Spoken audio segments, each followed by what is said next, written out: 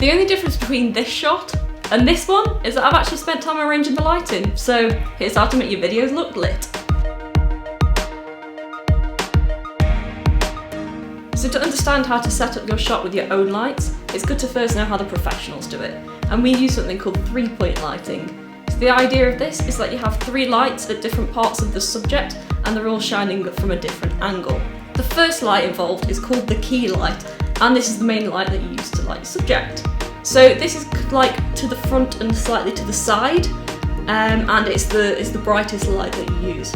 Your second light is the fill light. So this is to the front to the other side, and it's a much softer light, and it's literally there, as its name says, to fill in what the main light doesn't get. Now your third light is called the backlight, and what this does is it picks up all the little details like your hairs and the back of your ears, just to really separate yourself from the background. So how can you replicate this at home? Well, the first thing I'd do is use daylight as your key light, so filmed by a nice open window or outside.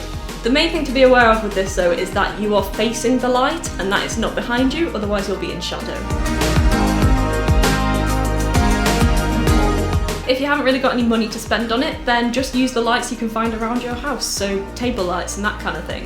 The only thing I'd say to be aware of with this is that if it's quite an orange light, you will end up looking like a Simpson. Now, option number 2 is that you can get from places like B&Q, you can get quite bright LED work lights.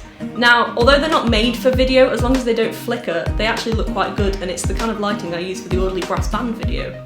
So the next step up from that is to buy low-end video lights. And if you go onto a website like Pixapro, you can buy on-camera LEDs for about £45. You just need to make sure you've got something to attach them to.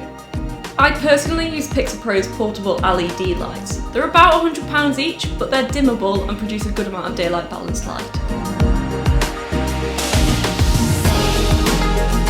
So now that we've gone through the options, pick the one that works best for you and use it as your fill light. And the reason I've suggested that daylight be the key light rather than the fill light is because you want the fill light to be softer.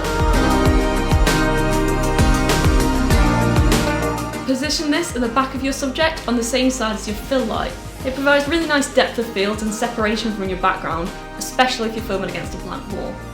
So those are my tips for lighting your home film set, and if you've got any questions, feel free to pop them in the comments below or book a free 30-minute consultation with me on Calendly.